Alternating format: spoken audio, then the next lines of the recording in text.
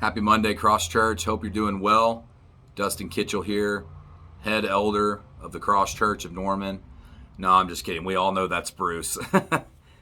He's the self-appointed head elder. But in all seriousness, though, welcome. Hope you're doing well. I want to just start your week off with a great time together. Just a few scriptures here, a couple stories.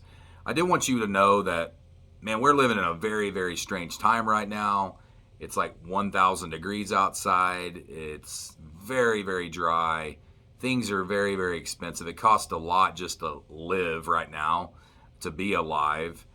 So just know that we as a church are here for you.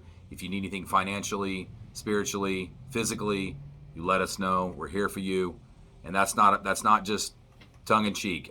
We actually mean that. So reach out to myself, reach out to Daniel, reach out to any of the elders, and we will be here for you. Do not do this life alone. It's not made to be done alone. It's made to be done with your family, your church family, and we are here for you.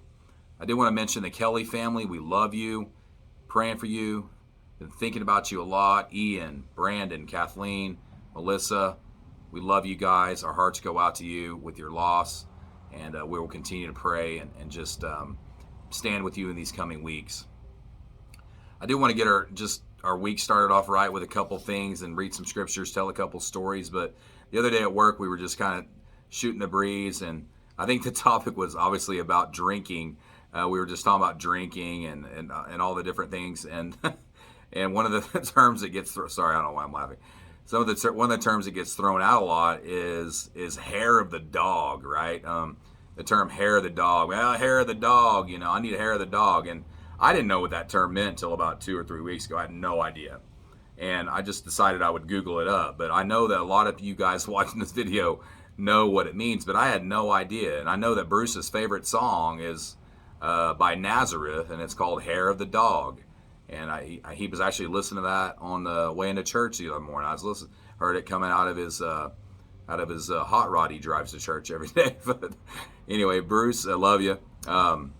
But hair of the dog is just a term we throw around, and what it actually means, if you look it up, Wikipedia, whatever, do any type of research, it's basically you get bit by Cujo, you get bit by some dog that has rabies. In order to cure that, you would find that dog again, or maybe after he immediately bit you, and you'd rip out some of his hair, her hair, and you would literally stuff that hair in your wound. And some people would actually use some sort of potion to stuff in there as well with the hair. And so what hurts you, you cured it by going back to that thing that hurts you and fixing what hurts you with what hurts you. So that's kind of what hair of the dog is. So if you get, drink a lot one night, in order to get over your hangover, you drink again.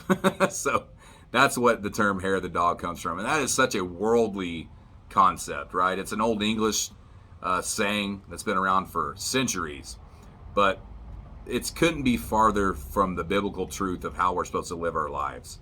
We're not supposed to run back to the things that we once ran to, and a lot of times we do that. And when we look at Scripture, Proverbs 26:11 has a great scripture, and it's kind of a disgusting, vulgar scripture.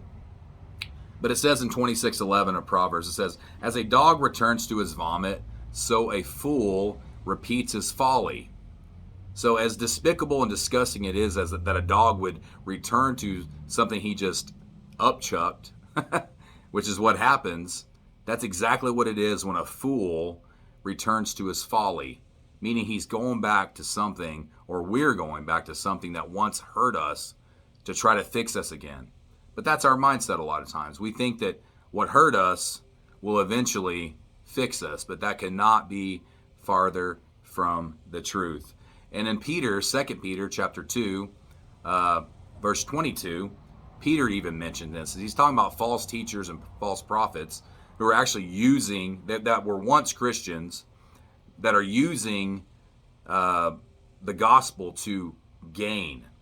And so they know the truth, they know the way of the truth, but they're actually using the gospel as gains, as like financial gains, and they're using like adultery and idolatry and all the things in the name of Christ. You guys can read it yourself. I don't have time to do that with you this morning, but I challenge you to do that. But he says, as a dog returns to his vomit later on, and as a washed pig returns back to the mud hole, basically. So he's calling these guys dogs that return to their vomit, and he's also calling them pigs that were once washed that have just completely jumped right back into the mud hole. And that's exactly what happens to us sometimes in our lives. We get clean, we do things that are good for us, and then what do? We slowly crawl back. We grind back towards those things. We gravitate back towards the things that once hurt us because we think in some way that they might benefit us somehow, but that's never the case. That's just a lie from the devil.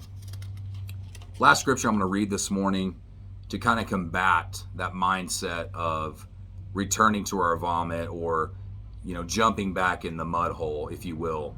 And Paul talks about this in Romans chapter 6. He says, shall we go on sinning so that grace may increase?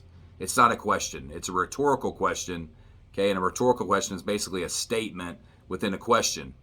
So he's saying, should you keep sinning so that grace can increase? No, grace cannot increase anymore whatsoever. It's maxed out. It's pegged out. It's completely full. It's not going to go up. So that should cause us to not sin. So he's basically saying, that should be your reason not to sin. You shouldn't sin because grace is going to abound more. That's not how it works. It's a rhetorical question. Started off by a statement, be like your mom, if she made the statement basically saying that, how can you expect to have any friends if you're not friendly? That's not a question. That's a statement. It's basically saying you're not friendly, so you're not going to have any friends. Okay. Keep going. He says, we died to sin. How longer can we live in it? Or don't you know that all of us who were baptized into Jesus were also baptized into his death? Dead people can't sin. Well, they can. Dead people shouldn't sin or should not try to sin. A lot of times we do that. We don't think that we're dead with Christ and baptized with Christ. We gravitate back towards sin. And the Bible is completely clear. We're dead to that. We're not alive in sin. We're dead to sin. And dead people shouldn't sin. And I can kind of sum this up. I think these couple verses are what Paul's saying. He's basically saying, get over yourself. And this is speaking to me as well, not just you guys. I'm talking to myself too. Grace can't possibly increase anymore. Are you kidding me, right? Stop sinning and understand what it cost Jesus so we could put to death the flesh. That's what it's saying. How much did it cost? It cost him everything. It shouldn't be a license for us to do more sinning. Don't go back to those old ways. Little story about myself. I coach football, and the biggest issue that we have in junior high football is tackling. Kids just can't tackle. They just can't. It's one of the biggest glaring problems on defense. We cannot seem to get the guys to the ground, and it's not like we don't practice it. Every day we practice it. We teach them to, do the right things to get the guy on the ground. The right hip, the right angle, the right area, what to do once they grab a hold. All the things that they do to get the guy to the ground. And during practice, they'll do pretty good at it. Oh wow, we might tackle okay in the game, and then the game comes along, right? And nobody knows how to tackle anymore. They go back to their old ways. They're jumping on his head, jumping on his back. They're not gang tackling like they're taught. They're doing everything by themselves. And so that's kind of how it is. We know the way, but we don't do it. We go back to our old ways. And that is just such a worldly view. So I don't know what you're struggling with today, but just understand that we should never return to the things that once hurt us. The hair of the dog is no way to live your life. And we all know that. And we're thankful that Jesus set that example for us and allowed us to be dead to our sin. Have a great week, guys. Love you. Take care.